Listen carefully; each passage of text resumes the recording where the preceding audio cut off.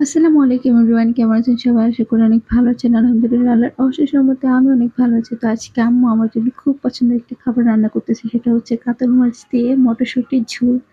তো ফার্স্টে আম্মু এগুলা ভেজে নিচ্ছে মাছগুলা। তো খুব ভালোভাবে ভেজে নেওয়ার পর তারপর মটরগুলোও ভেজে নিয়েছিল।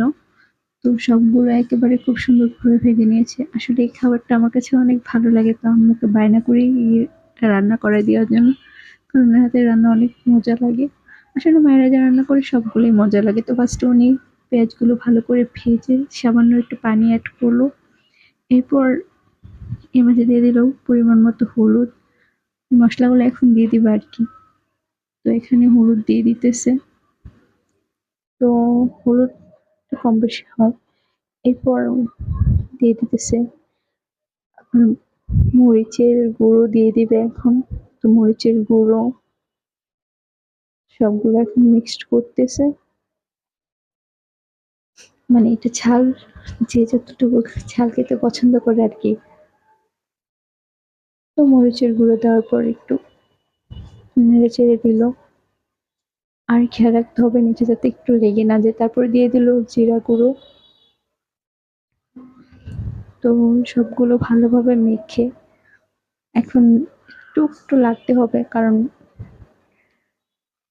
এটা একটু লেগে যাওয়ার সময় তারপর পানি অ্যাড করে দিল যাতে না লেগে যায়। তো অ্যাড করার পরে এখন সবকিছু আলু, মটর, মাছ এগুলো দিয়ে দিল। তো এগুলো এখন ভালোভাবে মিক্সড করবে। তো মিক্সড করে একসাথে চুলার আঁচটা পরিমাণ মতো রাখতে হবে যাতে পুড়ে না যায়। তো আসলে আম্মু অনেক মজা করে রান্নাটা করে। আমার কাছে খুবই ভালো লাগে। তো এরপর ঢাকনা দিয়ে দিব।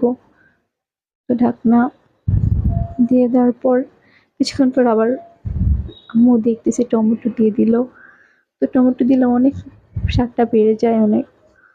তো টমেটো দেওয়ার পর আমি ভালো করে কয়েকটা মরিচও দিয়ে দিল ঝালের জন্য। তো শেষ আবারও ঢাকনা দিয়ে ঢেকে দিল।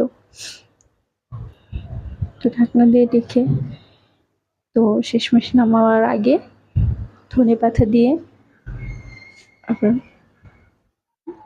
কিছুক্ষণ একটু নেড়ে নিল। তারপরে এই তো